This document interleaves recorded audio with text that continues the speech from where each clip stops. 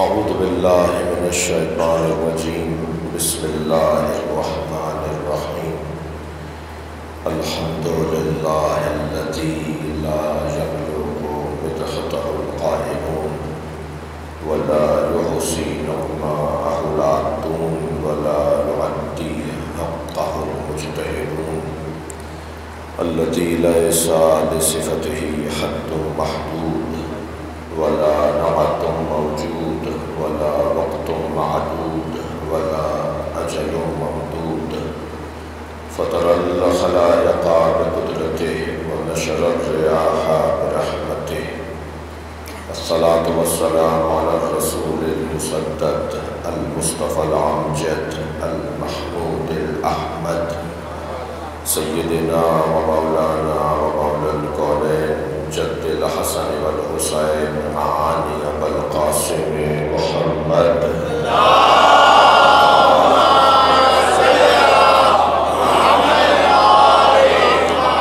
وآله الطيبين الطاهرين المعصومين الذين قال الله إنما يريد الله ليذهب عنكم الرجس أهل البيت ويطهركم تطهيرا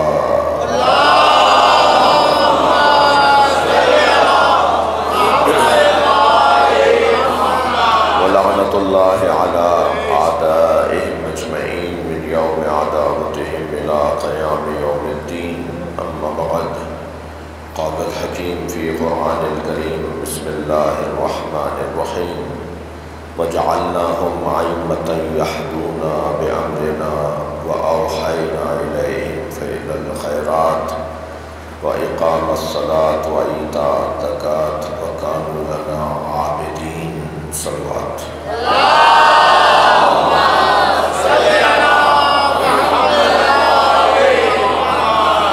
سورہ مبارکہ الانبیاء کی 73ویں آیت ہے جو میں نے آپ کے سامنے تلاوت کی ہے۔ آیت کا ترجمہ اور پھر آج کی پہلی نشست میں اس کی ابتدائی مقدماتی کچھ تفسیری گفتگو بات پیغام نکات اللہ اپنے اس کلام میں حضرت ابراہیم کی قربانیوں کے بعد انہیں اور ان کی نسل میں جو ایک منصب تفویض فرما رہا ہے اس منصب کا اعلان ہے اور ان صاحبان منصب کی جو کیفیتیں ہیں انہیں اللہ بیان کر رہا ہے۔ پہلے تو یہ ذہن عالی میں ہے کہ اللہ کا نہ کسی سے پڑوس ہے، نہ اللہ کا کسی سے پڑوس ہے، نہ اللہ کی کسی سے رشتہ داری ہے۔ پڑوس کی بنیاد پر بھی فیصلے بدلتے ہیں، صلوات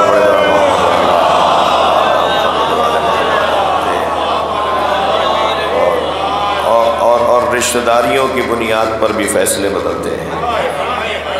تو اس کے فیصلے یوں نہیں بدلیں گے کہ نہ اس کا کسی سے پڑوس ہے نہ اس کا کسی سے رشتہ ہے۔ پڑوس اس لیے نہیں ہے کہ اللہ کا جسم نہیں ہے، جس کا جسم نہ ہو اس کا مکان نہیں ہوتا، جس کا مکان نہیں ہو اس کا پڑوس نہیں ہوتا۔ صلوات پڑھ لے ذرا محمد والے۔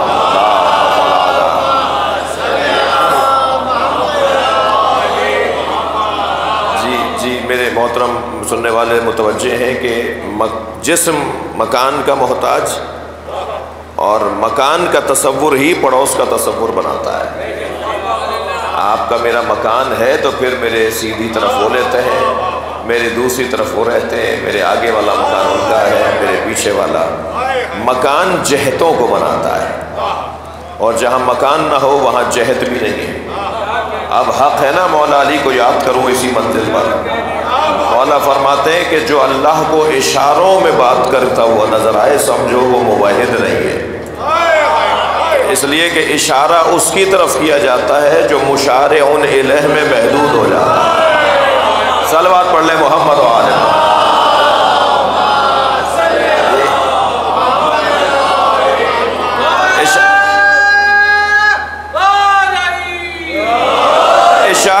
دلیل ہے کہ جس طرف اشارہ کیا جا رہا ہے وہ اس سمت میں ہے، اور اگر اسے سمتوں میں محدود کر دیا جائے تو وہ صمد نہیں رہتا، اور جو صمد نہ ہو وہ اللہ نہیں ہوتا۔ لہٰذا یہاں اللہ کا کسی سے پڑوس نہیں ہے، اور اللہ کی کسی سے رشتہ داری نہیں ہے، اس لیے کہ لم یلد ہے ولم یولد ہے، نہ وہ کسی کا باپ ہے نہ وہ کسی کا بیٹا ہے۔ اچھا، یہ جو رشتہ داریاں ہیں نا، اہل دقت بیٹھے ہوئے ہیں، ویسے بھی مضبوط ہو جاتی ہے مجلس جب بزرگ مجلس میں تشریف فرما ہو، اور پھر سادات امروہا کا تو ایک تاریخ ہے، ان کی دقت کی ایک تاریخ ہے، ان کی سمجھداری کی ایک تاریخ ہے۔ تو اس لیے بھی میں نے یہ نہیں کہا کہ مجھے کوئی مطلب ہے، بلکہ حقیقت یہی ہے۔ تو یہ جو رشتہ داری ہے نا، یہ ذمہ داری کی راہ میں رکاوٹ ہے۔ توجہ چاہوں گا آپ سے، جو ذمہ دار آپ کو نظر آئے گا نا، وہ اچھا رشتہ دار نظر نہیں آئے گا۔ ہاں، آپ ذرا تحقیق کر لیجئے، صلوات پڑھیں محمد و آل محمد۔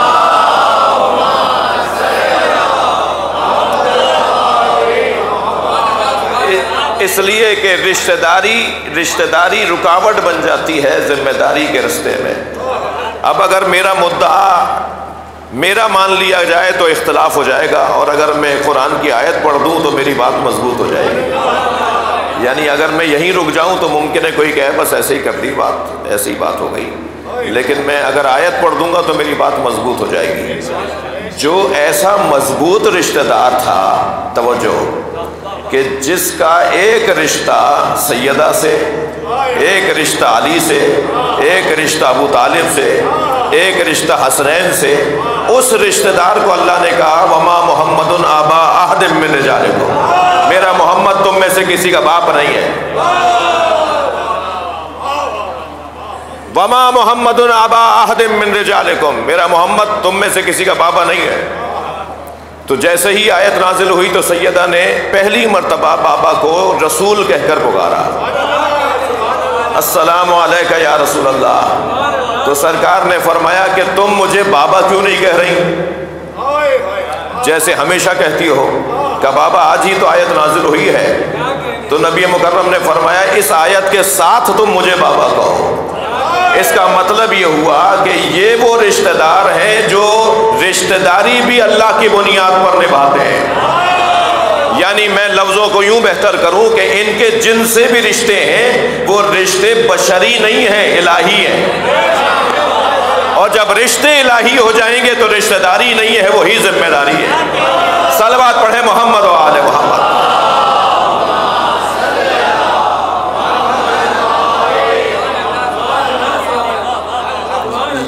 یعنی ان کا نواسوں سے جو تعلق ہے وہ بحیثیت نانا نہیں ہے، یعنی ان کا جو بیٹی سے تعلق ہے وہ بحیثیت بیٹی نہیں ہے، ورنہ ہر باپ پر لازم ہو جائے کہ سنت نبی میں اپنی بیٹی کے آنے پہ کھڑا ہو جائے۔ ہم پر یہ لازم نہیں ہے، ہم پہ سنت بھی نہیں ہے، ہم پر مستحب بھی نہیں ہے کہ ہم اپنی بیٹی کا ہاتھ چومیں اور بیٹی کے استقبال کے لیے چند قدم آگے جائیں، اس لیے کہ کہاں ہماری بیٹی کہاں مصطفیٰ کی بیٹی۔ ہم اپنی یہ بحیثی وہ خاص احکامات ہیں ان کے لیے، لہٰذا وہ بحیثیت رشتہ دار نہیں، بحیثیت ذمہ دار اور رسالت کی عنوان سے۔ ہاں کسی کے ایسے نواسے ہو تو لا کے دکھاؤ، کسی کے ایسی بیٹی ہو تو لا کے دکھاؤ، مگر وہ بحیثیت بیٹی نہیں۔ اب یہاں پر میں اپنی بات کو اور تھوڑا سا روشن کروں کہ جب سیدہ تشریف لاتی تھیں تو نبی مکرم کا کھڑے ہو کر ان کا استقبال کرنا، وہ قبل یدیہا، ہاتھوں کا بوسہ دینا، وہ اجلسہ فی مجلس، اپنی جگہ پر بٹھانا، اور علامہ نقل صاحب نے تو حد کر دی، یعنی فضائل کے باب میں ایسا دروازہ کھول دیا کہ جو دروازہ ان سے پہلے کسی نے نہیں کھولا تھا۔ وہ کہتے ہیں کہ حدیث یہ کہہ رہی ہے کہ قام الیہا، بی بی کے آنے پر نبی کھڑے ہو کر اس طرف بڑھتے تھے جہاں سے سیدہ آتی تھی، وقبل یدیہا، اور ہاتھوں کا، تھک تو نہیں رہے آپ حضرات، وقبل یدیہا، اور ہاتھوں کا بوسہ دیتے تھے، وہ ہاتھ پکڑ کر لاتے تھے اور اپنی جگہ بٹھا دیتے ہیں۔ نقل صاحب نے تو عجیب جملہ کہہ دیا. وہ کہتے ہیں کہ حدیث یہاں رک جاتی ہے کہ خود کھڑے رہتے تھے یا بیٹھ جاتے تھے. توجہ ہے آپ رات کی؟ صلوات پڑھ لیں محمد و آل محمد.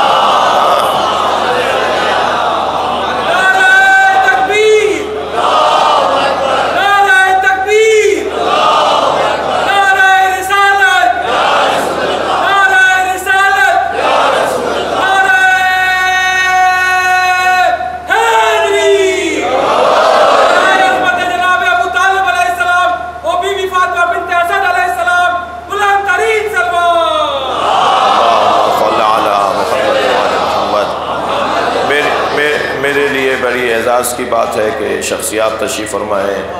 ہمارے منہاج معروف ادیب جناب شاہد کاظمی کے بیٹے ہیں. شاہد کاظمی جو ڈرامہ نگار تھے، جو پی ٹی وی میں کام کرتے تھے، جو بہت بڑے بڑے انہوں نے کام کیے ادبی دنیا میں، جنہوں نے خدمات انجام دی.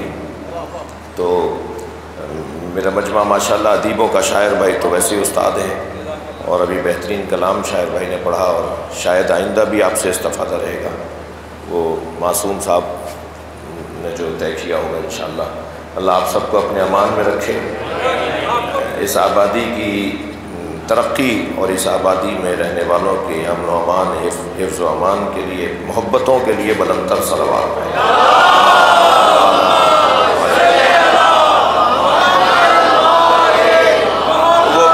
جملہ مجھ سے رہا جا رہا ہے بار بار، وہ مجھ سے آپ سن لیجئے کہ سرکار سیدہ کے آنے پہ جو کھڑے ہو جاتے تھے، آگے بڑھ کر استقبال کرتے تھے، اپنی جگہ بٹھاتے تھے. تو یہ سیدہ کے آنے پہ نبی کا کھڑا ہونا اور اتنا ادب کرنا، احترام کرنا، اتنا سیدہ کی تعظیم کرنا، اس کا اصلی ہدف اور مقصد اور وجہ کیا تھی؟ وجہ یہ تھی کہ سیدہ نبی پر اللہ کی عطا ہے. اِنَّا أَعْطَيْنَاكَ الْكَوْثَرَ، ہم نے آپ کو خیر ہی خیر فاطمہ عطا کر دی. یہ اب بی بی کے آنے پہ نبی اس لیے نہیں کھڑے ہو رہے کہ بیٹی آ رہی ہے، اس لیے کھڑے ہو رہے ہیں کہ عطا الہی آ رہی ہے. بڑا سنبھال کے رکھا جاتا ہے عطاؤں کو بہت سنبھال کے رکھا جاتا ہے. اور یاد رہے کہ اجرت اور ہے، عطا اور ہے. اجرت حق ہوتا ہے، عطا انعام ہوا کرتا ہے.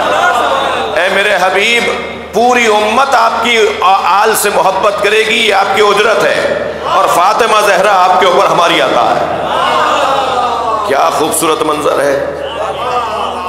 تو یہ جو اللہ کا کام ہے کہ جو کسی کو منصب دیتا ہے تو وہ ان بنیادوں پہ نہیں دیتا، نہ رشتہ داری کی بنیاد پر اور نہ ہی پڑوس کی بنیاد پر، بلکہ بے قدر زحمت اللہ نعمت عطا کرتا ہے. جو جتنی زحمت اٹھائے گا اتنی ہی اسے نعمتیں ملیں گی. اب کس نے کتنی زحمتیں اٹھائی ہیں، اس کو ڈھونڈتے چلے جائیں گے تو ان کے فضائل بھی سامنے آتے چلے جائیں گے. تاریخ ابدیت میں آپ کی توجہات میرے ساتھ ہیں.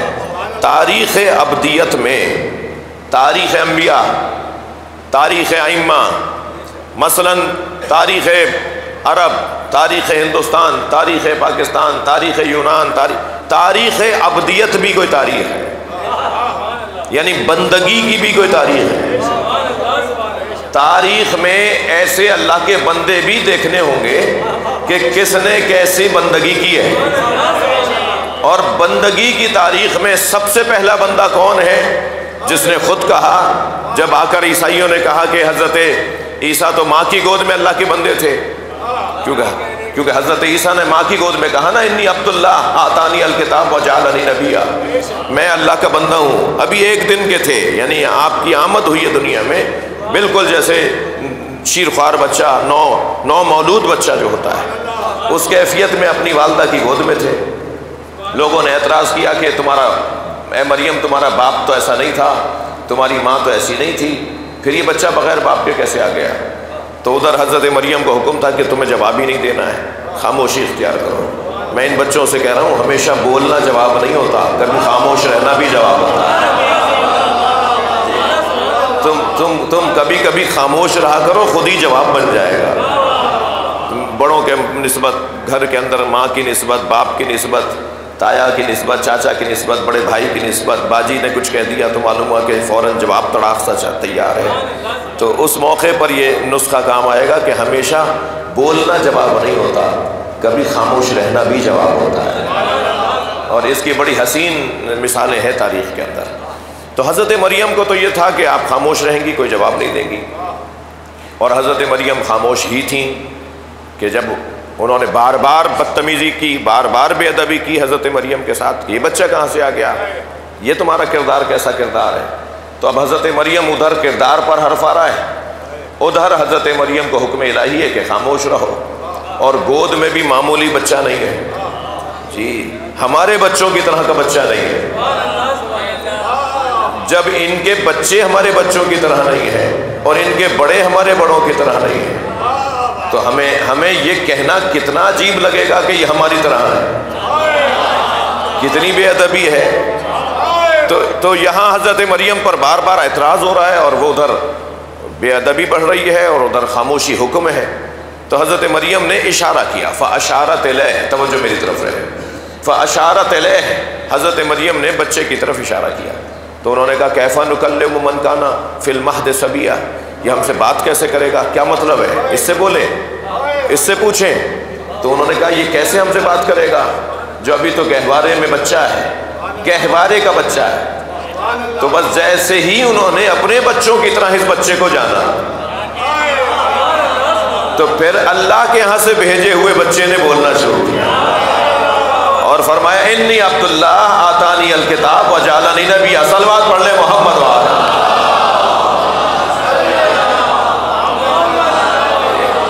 میں اللہ کا بندہ ہوں، مجھے کتاب دے کر بھیجا گیا ہے اور مجھے نبی بنا کر بھیجا ہے. میں اللہ کا بندہ ہوں. اچھا، انی عبداللہ پہلے ہے، جعلنی نبیا، آتانی الکتاب وجعلنی نبیا، پہلے بندگی کا اعلان ہے، پھر کتاب کا اعلان ہے، پھر نبوت کا اعلان ہے. ترتیب میں بندگی پہلے ہے، نبوت اور رسالت بعد میں ہے. توجہ ہے حضرات کی، ترتیب میں بندگی پہلے ہے، نبوت اور رسالت بعد میں ہے. ہم روزانہ تشہد میں کیا پڑھتے ہیں، اشہد انک محمدن عبدہ ورسولہ، میں گواہی دیتا ہوں کہ محمد تیرے بندے ہیں اور رسول ہیں. تو پہلے گواہی بندگی کی ہے نا، پھر رسالت کی گواہی ہے. تو ترتیب فضیلت میں بندگی پہلے ہے. بھائی آپ کی توجہات، میں ممنون ہوں آپ کا کہ آپ توجہ سے سن رہے ہیں. آپ دیکھیے،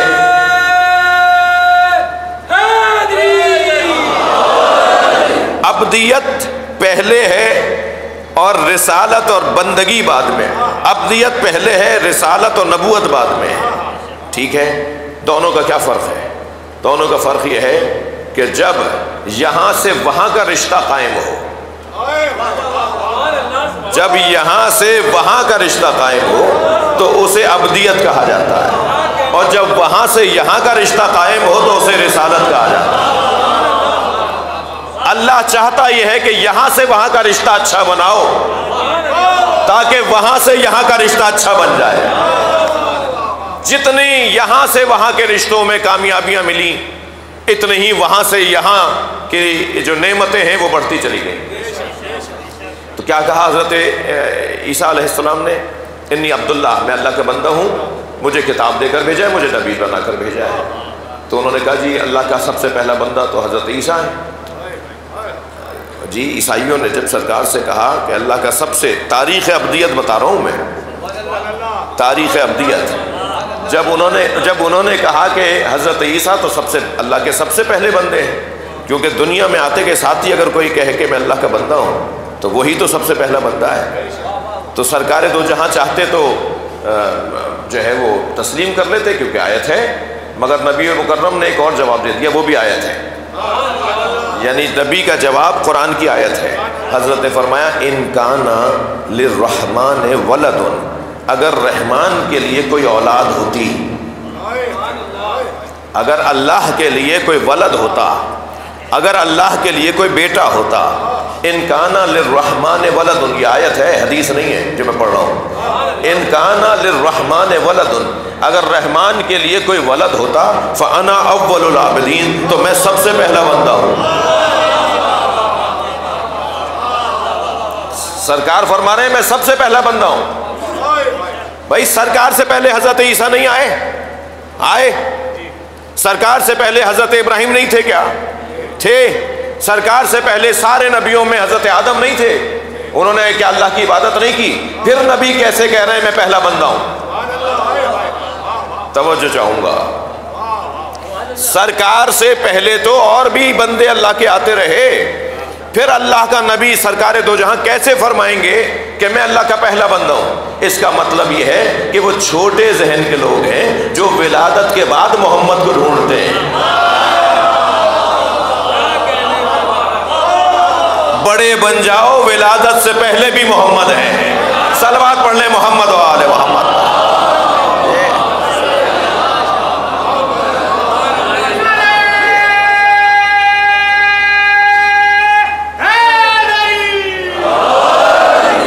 ہم ڈھونڈ رہے ہیں سن یکم عام الفیل سے نبی کی تاریخ ڈھونڈ رہے ہیں کہ جس سال ہاتھیوں کا لشکر آیا تھا اور حضرت کی ولادت ہوئی تھی. ہم سرکار کی تاریخ عام الفیل سے بنا رہے ہیں. سرکار کی تاریخ عام الفیل سے نہیں ہے، بلکہ یہ وہ وجود ہے جو دنیا میں آنے سے پہلے بھی اللہ کا بندہ ہے.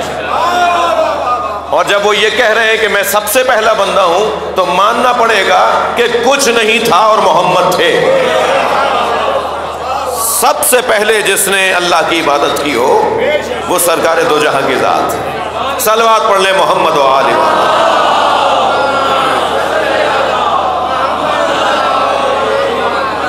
اور بلند صلوات نبی کی ذات.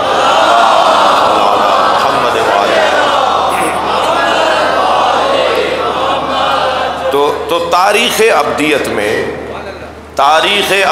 میں سب سے پہلی بندگی سرکار دو جہاں کی ہے. اچھا، کبھی تو ہم ترتیب دیتے ہیں زمانی طور پر اور کبھی ترتیب ہوتی ہے حقیقی طور پر. زماناً سب سے پہلے حضرت آدم، پھر حضرت نوح، پھر حضرت ابراہیم. کم سے کم 24 نبیوں کے نام تو ترتیب سے قرآن میں آئے ہیں. یہ زمانی طور پر ہمارے نبی آ رہے ہیں سب سے آخر میں، لیکن حقیقی طور میں سب سے پہلے ہیں. یعنی یہ ممکن ہے کہ کسی کا نام سب سے آخر میں لکھا جائے مگر ہو وہ پہلا. یہ ممکن ہے. اور یہ بھی ممکن ہے کہ سب سے اوپر نام لکھا جائے، پہلا نام لکھا جائے اور وہ آئے آخر میں. تھوڑا سا دقت بڑھائیے گا بھائی. یہ ہوتا ہے نا.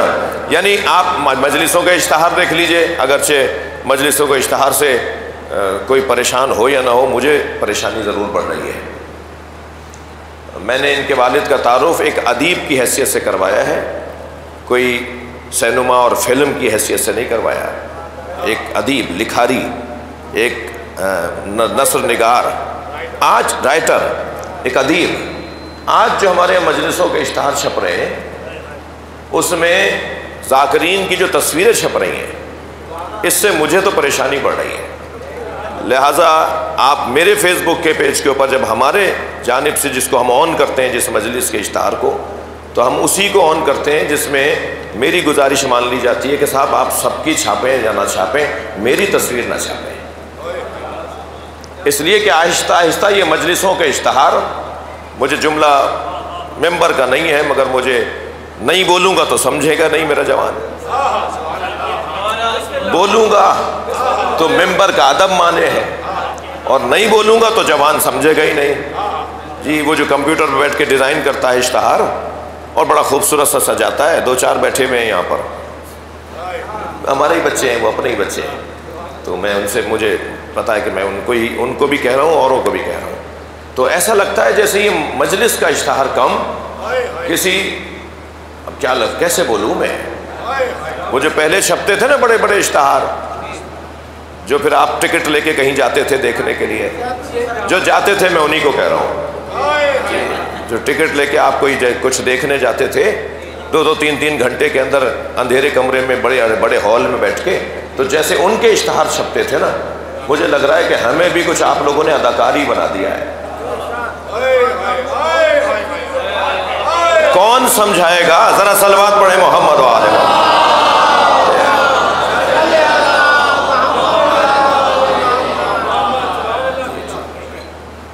پہلے تو ہمارے ہاں تصویریں مرنے کے بعد گھر میں لگتی تھی، اب ایک تو ان سیاستدانوں نے، آپ چھوٹے شہروں میں چلے جائیے، اتنی وبا ہے تصویروں کی جی، پورے ملک کے اندر۔ اس شہر کا سیاستدان جب تک اس شہر کے چوکوں پر، چاراہوں پر اپنی بڑی قد آدم تصویر نہ لگوا لے، اور اس سے اندازہ ہوتا ہے یہ کس کا شہر ہے۔ ایسے ہی ہمارے یہاں مجلسوں میں بھی ہو گیا ہے، ہمارے یہاں میلادوں میں بھی ہو گیا ہے۔ نصیحتیں زیادہ کرنے کا عادی نہیں ہوں، مگر کبھی کبھی سن بھی لیجیے گا مجھ سے۔ صلوات پڑھ لیں ذرا محمد و آل۔ اور بلند صلوات نبی اور علیہ۔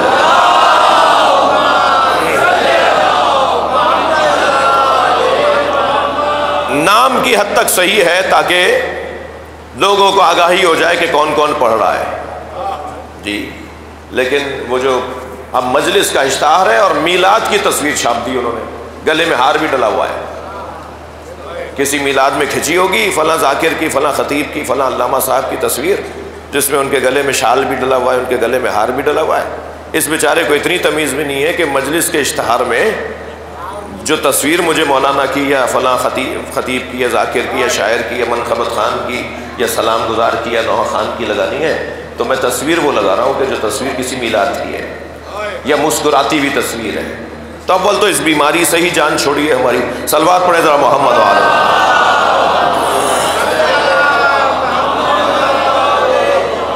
اچھا خفا نہیں ہے، ناراض نہیں ہوئے تو ایک بلند صلوات پڑھیں۔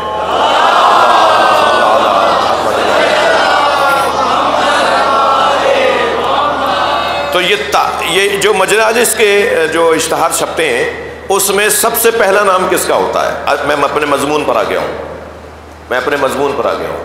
سب سے پہلا نام اس کا چھپتا ہے جو ان پڑھنے والوں میں سب سے زیادہ معتبر ہوتا ہے۔ ایسا ہی ہے، بڑا نام، اونچا نام۔ لیکن جب مجلس ہوتی ہے تو وہ جو سب سے اوپر نام لکھا ہوا تھا وہ سب سے آخر میں پڑھتا ہے۔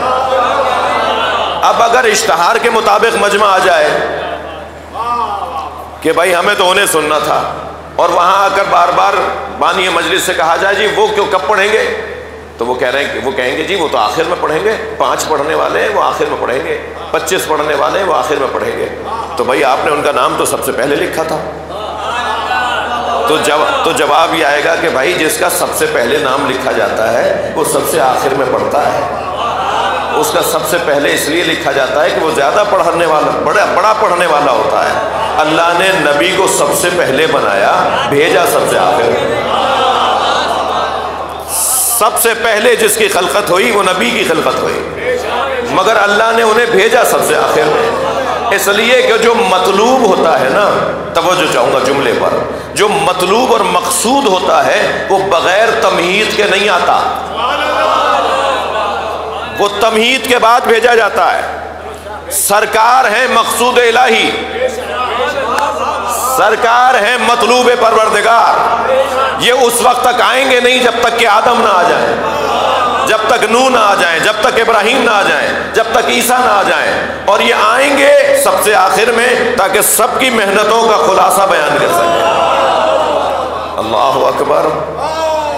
آخر میں آئے، 63 برس کی زندگی گزاری، اس کے بعد رحلت ہو گئی، ہمارے مطابق شہادت ہو گئی، زہر دیا گیا سرکار کو، اور پھر اس کے بعد سرکار مدینہ منورہ میں آج گنبد خضرا کے نیچے سوئے ہوئے ہیں، محو استراحت ہیں، اپنے زائرین کے سلام کو سنتے ہیں۔ ہم یہاں سے جب انہیں سلام کرتے ہیں تو سرکار کی خدمت میں فرشتے نام لے کر پہنچاتے ہیں۔ ہاں یہ حدیث میں نے آپ کو سنائی ہے، ہم میں سے ایک ایک کا نام سرکار کی بارگاہ میں جاتا ہے کہ آپ کے فلاں امتی نے آپ کو سلام بھیجا ہے جی۔ تو وہ آپ وہاں ہیں اور ہماری سن رہے ہیں، اور آپ وہاں محو استراحت ہیں اور ہمیں دیکھ رہے ہیں، اور پوری دنیا ان کی نگاہوں کے نظر میں ہے، نگاہوں میں ہے۔ جی مگر وہ آئے اور چلے گئے، سب چیزیں موجود ہیں، کوئی چیز اپنی جگہ سے ہلی نہیں، بلکہ اور رونقوں کی طرف بات جا رہی ہے۔ تو میں کیا کہوں؟ یہی کہوں گا کہ وہ گئے نہیں، وہ گئے نہیں۔ ہم واقعہ رحلت کے بھی قائل ہیں اور ہم حیات محمد کے بھی قائل ہیں۔ ہم اس کے بھی قائل ہیں کہ واقعہ گزرا، اور ہم اس کے بھی قائل ہیں کہ آپ زندہ ہیں۔ ہم ان کی زندگی کو کیسے مانتے ہیں، اس کے لیے شاعر بھائی 4 مصرے مجھے یاد آ گئے۔ شاعر کہتا ہے کہ امام جتنے ہیں ایک نور سے ہے سب کا خمیر۔ بھائی تھوڑی گردن ہلائیے گا، شعر سنا رہا ہوں میں آپ کو۔ امام جتنے ہیں ایک نور سے ہے سب کا خمیر، ہیں ان میں سبھی محمد صغیر ہوں کہ کبیر، ہیں ان میں سبھی محمد صغیر ہوں کہ کبیر، خیال ہے کہ نظر بندی مصور نے الٹ پلٹ کر دکھائی نہ ہو وہی تصویر۔ صلوات پڑھیں محمد و آل محمد۔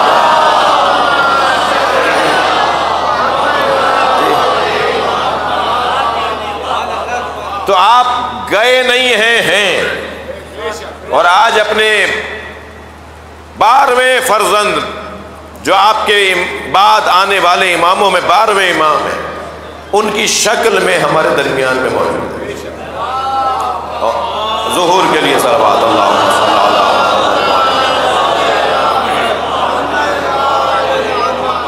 تو میں اپنی آج تمیدی بیان کو ایک منزل دوں، اور وہ یہ کہ اللہ جب کسی کو کوئی مقام دیتا ہے تو وہ اس کی عبادتوں، زحمتوں، مشقتوں، محنتوں کی بنیاد پہ دیتا ہے۔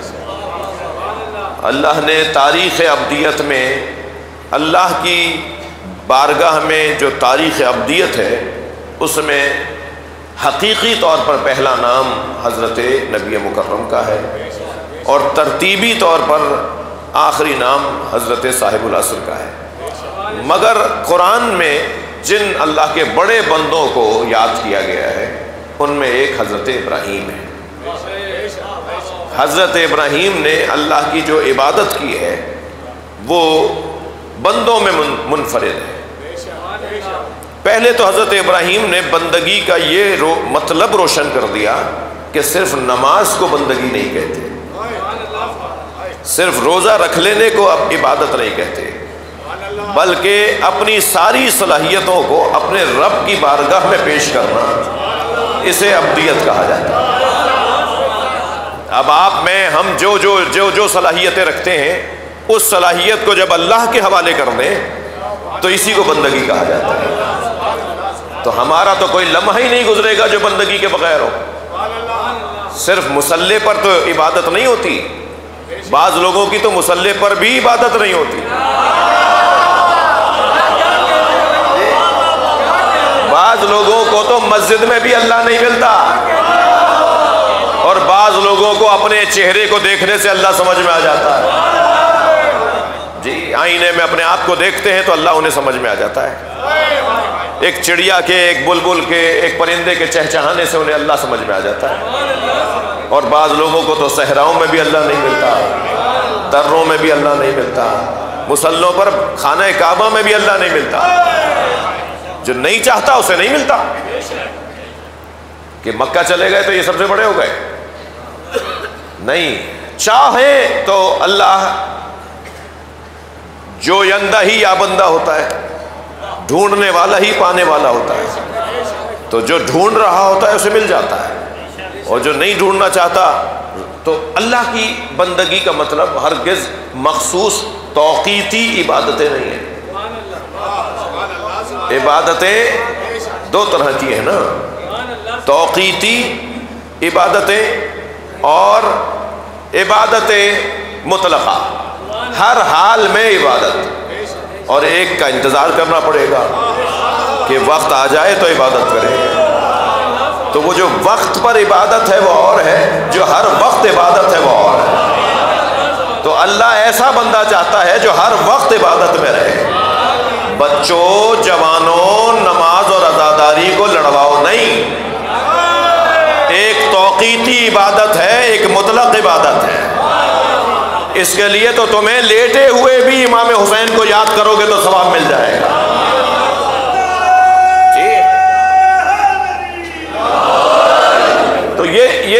عبادات حضرت ابراہیم نے اس مسئلے کو بہت روشن کیا کہ عبادت ہر حال میں کی جا سکتی ہے، اور ہر وہ کام جو اللہ کی خاطر انجام دیا جا رہا ہو وہ عبادت کا عنوان رکھتا ہے۔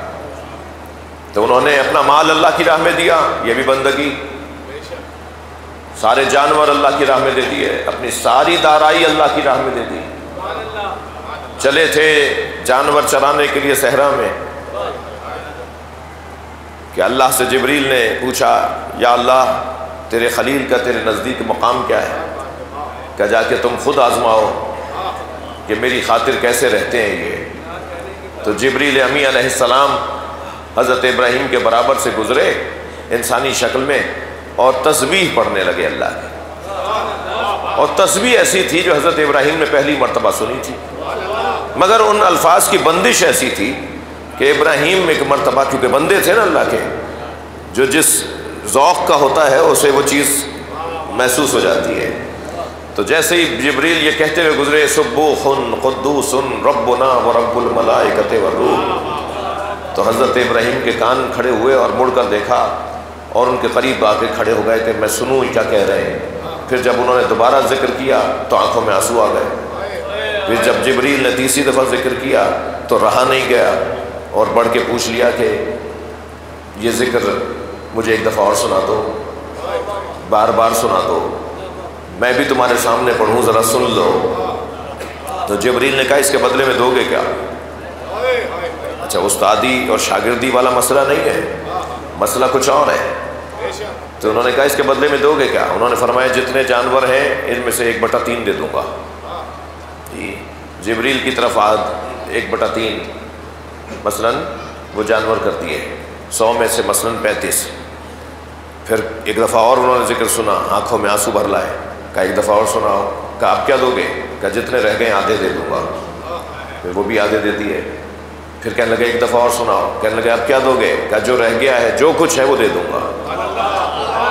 اس کا مطلب یہ ہے کہ جس کے نام سے پیار ہوتا ہے نا، اس کا ذکر سننے پر خرچہ کرنے کا دل کرتا ہے۔ صلوات پڑھ لیں ذرا محمد و آل محمد۔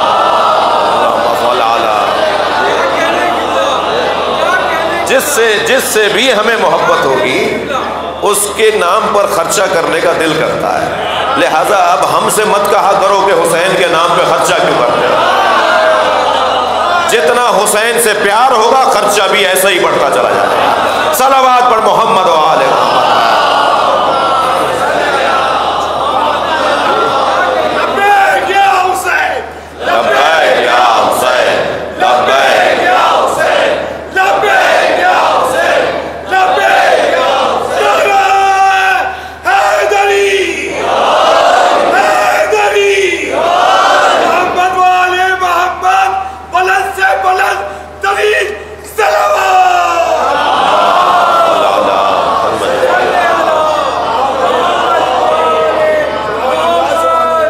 حضرت ابراہیم نے جب سارا مال دے دیا تو جبریل نے بڑھ کر کہا مجھے آپ کے مال کی ضرورت نہیں تھی، میں تو آزمانے یوں آیا تھا کہ آپ اللہ کے نام پہ مال کتنا دے سکتے ہیں۔ تو یہ حضرت ابراہیم نے بندگی کی ایک مثال قائم کی۔ پھر قصہ آگے بڑھا تو اللہ نے کہا جاؤ جا کے بت توڑ کر آؤ۔ یہ نہیں پوچھا کہ ہوگا کیا، جی مولا کا حکم پانے کے بعد مولائی یہ نہیں پوچھتا کہ ہوگا کیا، وہ تو بس یہ دیکھتا ہے کہ مولا نے مجھے حکم دے دیا، میں اس قابل ہوں کہ مولا۔ صلوات پڑھنے محمد و آل محمد۔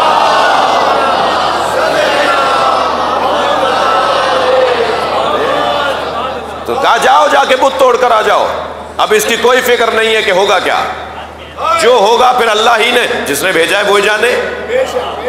اور حضرت ابراہیم نے جا کر بت خانے کے بت توڑ دیے، کسی کی آنکھ پھوڑی تو کسی کی ناک کاٹی تو کسی کا گھٹنا توڑا، کسی کا پیر توڑا، کسی کا کان کاٹا، کسی کا پیٹ پھاڑا، اور ایک بڑے بت کے گلے میں کلہاڑی لٹکا دی۔ بڑے اطمینان کے ساتھ کام کیا۔ جن کے پیچھے اللہ ہوتا ہے نا وہ مضطرب نہیں ہوتے، اکیلے ہوں یا لشکر کے ساتھ۔ لہذا میدان احد میں مولا علی جو ایسے لڑ رہے تھے نا، کوئی بھی نہیں تھا اور علی تنہا لڑ رہے تھے. اس کی وجہ یہ تھی کہ ان کے پیچھے اللہ ہے، مولا ہے. جس کے پیچھے مولا ہو پھر اسے ڈرنے کی ضرورت کیا ہے؟ تو حضرت ابراہیم نے بھی یہی کام کیا. اور جب سارے بت ٹوٹ گئے اور بڑے اطمینان سے اپنا کام مکمل کر کے گھر آ گئے، تو جب یہ لوگ آئے بت خانے میں اپنے وقت پر عبادت کرنے کے لیے تو انہوں نے تو حالت ہی عجیب دیکھی. طرح طرح کا منظر نظر آیا، غصے پہ غصہ، جذباتی ہونے لگے اور صاحب چیخ چلانے لگے. اور سب نے طے کیا کہ یہ کام ابراہیم کا ہے. اور شکایت ہو گئی اور دربار میں بلا لیا گیا. بلا کر پوچھا کہ تم نے کیا ہے؟ تو حضرت ابراہیم نے فرمایا اسی نے کیا ہوگا جس کے گلے میں کلاڑی لٹکی ہے. جی. تو انہوں نے کہا کہ وہ تو یہ کیا بات کر رہے ہو، وہ تو ناک پہ بیٹھی مکھی نہیں جھل سکتا. بھائی یہی تو حضرت ابراہیم کہلوانا چاہ رہے تھے. توجہ بڑھائیے گا، یہی تو حضرت ابراہیم کہلوانا چاہ رہے تھے نا. جب انہوں نے کہا وہ تو ناک پہ بیٹھی مکھی نہیں جھل سکتا، تو حضرت ابراہیم نے فرمایا یہی میں تمہیں سمجھا رہا ہوں، جو ناک پہ بیٹھی مکھی نہیں جھل سکتا وہ تمہارا خالق کیسے ہے، وہ تمہارا رب کیسے ہے. تو اندر سے ایک مرتبہ جھنجھوڑ کے رکھ دیا حضرت ابراہیم. اب بہت مشکل ہوتا ہے سمجھ لینا اور اس سمجھ کے مطابق عمل کرنا. سمجھ تو بہت سے لیتے ہیں، بھائی لفظوں کو اور بہتر کر رہا ہوں، مان تو بہت سے لیتے ہیں، بولتے نہیں ہیں. کتنے ہی تعداد میں لوگ آپ کو ملیں گے جو مانے ہوئے لوگ ہیں اور علیحدہ جا کے کہتے ہیں جو آپ کہہ رہے ہیں وہی صحیح ہے، مگر ہم کہہ نہیں سکتے یہ بات. تو مان لینا اور ہے، بولنا اور ہے. بولنے کے لیے جرأت چاہیے، بولنے کے لیے جرأت چاہیے. کیوں کہا تھا سرکار نے قولوا لا الہ الا اللہ تفلحوا، کہہ دو لا الہ الا اللہ فلاح پا جاؤ. کہہ کیا دو، مان لیا بس کافی ہے. وہ کہہ دیتے نا وہاں کے لوگ کہ ہم نے مان لیا، کہلوا کیوں رہے ہم سے؟ کہلوانے سے ہی تو نتیجہ نکلنا تھا. نتیجہ ہمیشہ کہنے سے نکلتا ہے، خاموش رہنے سے نتیجہ نہیں نکلتا. پتہ نہیں کیا میرے دل میں گزر رہی ہے، پتہ نہیں کیا آپ کے دل میں گزر رہی ہے. بولیں گے تب پتہ چلے گا کہ دل میں کیا گزر رہی ہے. بھائی صلوات پڑھ لیں محمد و آل محمد.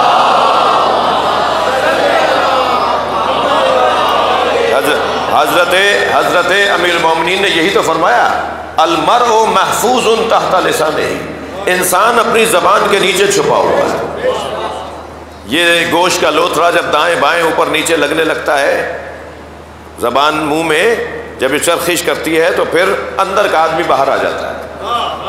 اس کا شجرہ بھی پتہ چل جاتا ہے، اس کی تعلیم بھی پتہ چل جاتی ہے، اس کی مادری زبان بھی پتہ چل جاتی ہے، اس کا ماحول بھی پتہ چل جاتا ہے.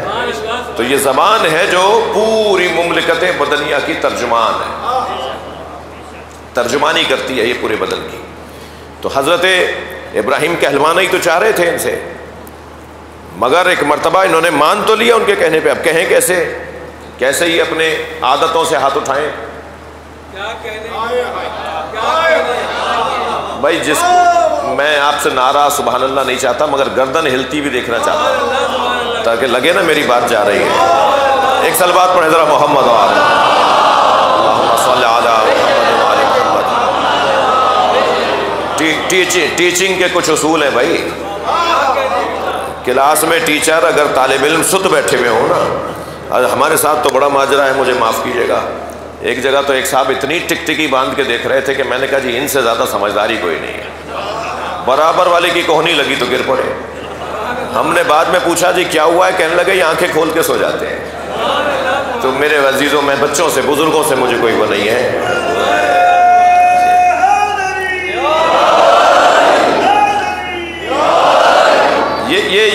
یہ جو مفاہیم ہے نا، یہ خون جگر کے مفاہیم ہے جو میں آپ کو جلدی جلدی سنا رہا ہوں. یہ آج کی میں نے تقریر 3 تقریروں کے برابر کر دی ہے. میں جانتا ہوں نا خطیبوں کو. صلوات پڑھیں ذرا محمد و آل محمد. ایک اور صلوات محمد و آل.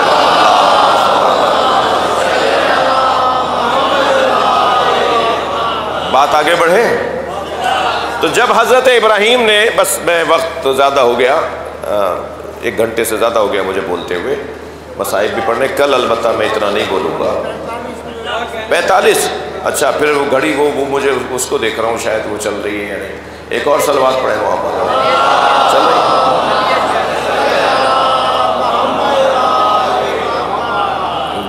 اور یہ جو ہمارے مجلسی بزرگ ہوتے ہیں نا، جیسے میرے بزرگ ہیں، یہ لوگ گھڑیوں کو ذرا آہستہ بھی کر دیتے ہیں. یہ چاہتے ہیں زیادہ سے زیادہ پڑھیں، تو اللہ ان کی صحت سلامتی ان کو اپنے امان میں رکھے. یہ جو بزرگ ہیں گھروں میں علاقوں میں، یہ بڑی نعمت ہے. ان کی ڈانٹ ڈپٹ، ان کا سمجھانا بولنا، یہ بڑی نعمت ہے. یہ امر بالمعروف کی پرانی تصویر ہے. ہمارے بڑوں میں، ہمارے گھروں میں، جن گھروں میں بزرگ موجود ہیں نا، ان گھروں کا کنٹرول اچھا ہے. اور جن گھروں میں سفید بالوں والے لوگ نہیں ہیں، وہاں کے حالات اچھے نہیں ہیں. جی ان بزرگوں کی سلامتی کے لیے صلوات پڑھ رہے ہیں.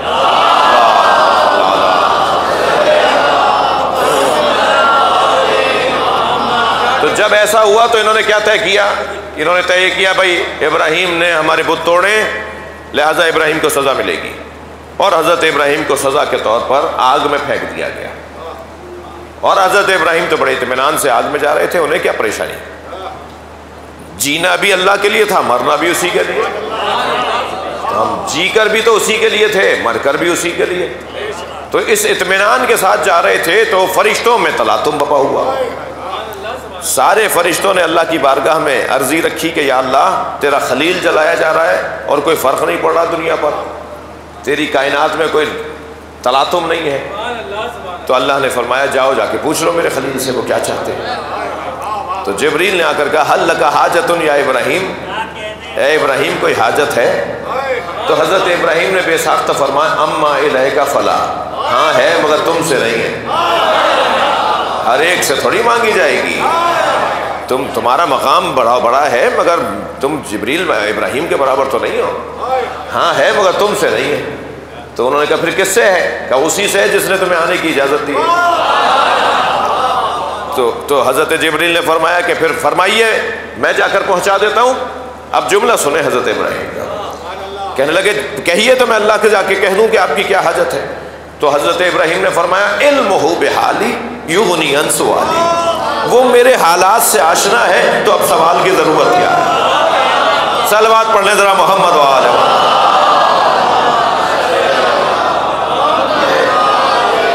اس کمال کی بندگی دیکھی جب اللہ نے، اس درجے کی بندگی جب اللہ نے دیکھی تو پھر آگ کو گلے گلزار بنا دیا.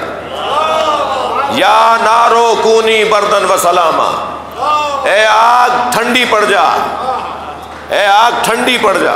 اور حضرت ابراہیم آگ میں بیٹھے تھے اور آگ جلتی نظر آ رہی تھی، مگر حضرت ابراہیم کو ٹھنڈی ہواؤں کے جھونکے لگ رہے تھے.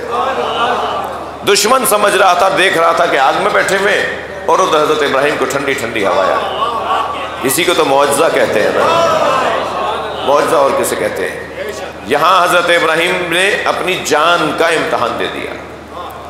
اب رہ گیا ایک سب سے بڑا امتحان، جو امتحان اولاد کا امتحان. انسان مال اپنی جان پہ خرچ کرتا ہے، جان اپنی اولاد پر خرچ کر دیتا ہے، مگر اولاد کو کسی پہ خرچ نہیں کرتا. تاریخ میں جتنے بڑے بڑے انقلاب آئے ہیں نا، تبدیلیاں، انقلاب، بہتریاں، ظلم کے خاتمے کے نتیجے، جد و جہدیں، اس میں آپ انقلابات کو لے لیجئے، اس میں مال دیتے رہے، کبھی نتیجہ مل گیا. اپنی جانیں دیں، نتیجہ مل گیا. لیکن جب بچوں پر بات آئی تو سوائے حسین کے کوئی سامنے نہیں آیا.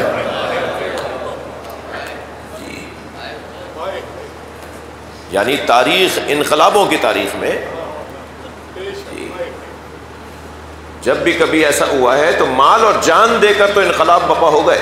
جیسے ایران میں ہوا، جیسے مثال اور ممالک میں بھی اسی انداز کا ایسے انقلاب ہوئے. لیکن جہاں اولاد پر بات آ گئی وہاں فیل ہو گیا وہ انقلاب، رک گیا وہ کام. سوائے امام حسین کے تاریخ مظلومیت میں، ظلم کے خاتمے کی جد و جہد کی تاریخوں میں امام حسین کے علاوہ کوئی اور نہیں ملا جنہوں نے اپنی سکینہ کو تیار رکھا. جنہوں نے اپنی فاطمہ کبریٰ کو تیار رکھا، جنہوں نے اپنی زینب کو تیار رکھا، باقاعدہ سجا کر لے کر آئے امام حسین، آمادہ کر کے لے کر آئے۔ کل بات ہوگی کہ حضرت ابراہیم نے اپنے بچے کی قربانی دی، مگر کیسے دی؟ آنکھوں پہ پٹی باندھ لی، بچے کے ہاتھ پیر باندھ دیے۔ اللہ نے اس کیفیت کو، اب دیکھیے نا، میں قرآن کا طالب علم ہوں، اللہ نے اس کیفیت کو کہ آنکھوں سے اس لیے پٹی باندھ لی کہ میں اس سے زیادہ دیکھ نہیں سکتا۔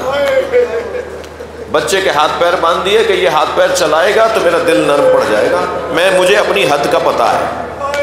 حضرت ابراہیم گویا یہ عمل انجام دے رہے ہیں کہ مجھے اپنی حد کا پتہ ہے، میں اس سے زیادہ برداشت نہیں کر سکتا۔ لیکن کربلا میں حسین نے پٹی نہیں باندھی، آنکھوں پر کوئی پٹی نہیں باندھی، بلکہ علی اکبر جب ایڑیاں رگڑنے لگے، اجر و کمال اللہ، اجر و کمال اللہ، اللہ آپ کو کسی غم میں نہ رلائے، سوائے غم اہل بیت میں رونے رلانے والوں میں قرار دے۔ جب حضرت علی اکبر ایڑیاں رگڑنے لگے نا تو امام حسین نے آواز دی، نانا آئیے، نانا اپنے ساتھ ابراہیم کو بھی لائیے، اب میں اپنے اسماعیل کو ذبح کر رہا ہوں۔ اگرچہ تاریخ میں یہ جملے نہیں ہیں مگر زبان حال تو یہی ہے کہ نانا میں نے آنکھوں پہ پٹی نہیں باندھی، نانا میں نے اپنے بچے کے ہاتھ پیر نہیں باندھے، یہ کہہ کے برچی کا پھل نکالا، اجرکم اللہ۔ جیسے ہی برچی کا پھل نکلا خون کا فوارہ جاری ہوا، امام حسین نے سینے پہ سینہ رکھ دیا، لبوں پہ لب رکھ دیا، اجرکم اللہ، اجرکم اللہ، اللہ آپ کو کوئی غم نہ دے سوائے غم اہل بیت کے۔ لبوں کا رخساروں کا بوسہ دیا اور پھر اپنے بچے کو سینے سے لگا کر لے کر اٹھنا چاہا۔ بڑا مشکل مرحلہ تھا، امام نے علی اکبر کا لاشا اٹھانا چاہا، ابھی لاشا لے کر چل رہے تھے کہ برابر سے ایک بی بی کی آواز آئی، اجرکم اللہ، اجرکم اللہ۔ مڑ کر دیکھا تو جناب زینب کھڑی تھی، بی بی زینب نے فرمایا بھائی یہ لاشا زینب اٹھائے گی، کربلا میں شہیدوں میں واحد لاشا ہے حضرت علی اکبر کا لاشا جو جناب زینب نے امام حسین کے ساتھ اٹھایا ہے۔ گنج شہیدہ میں لا کے لاشا رکھ تو دیا مگر کوئی پوچھے جناب لیلا کے جگہ سے، حسین مولا کے پاس بیویاں کتنی مضبوط ہیں کہ کسی بی بی کی زبان پہ شکوہ نہیں آیا۔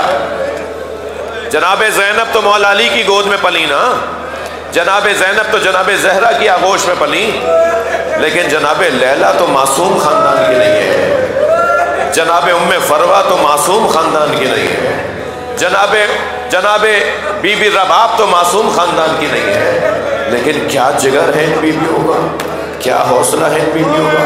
بس ایک منظر لے لیجئے اور مجھے اجازت دیجئے کہ میں اپنے آج کے خطاب کو مجلس کو مکمل کروں۔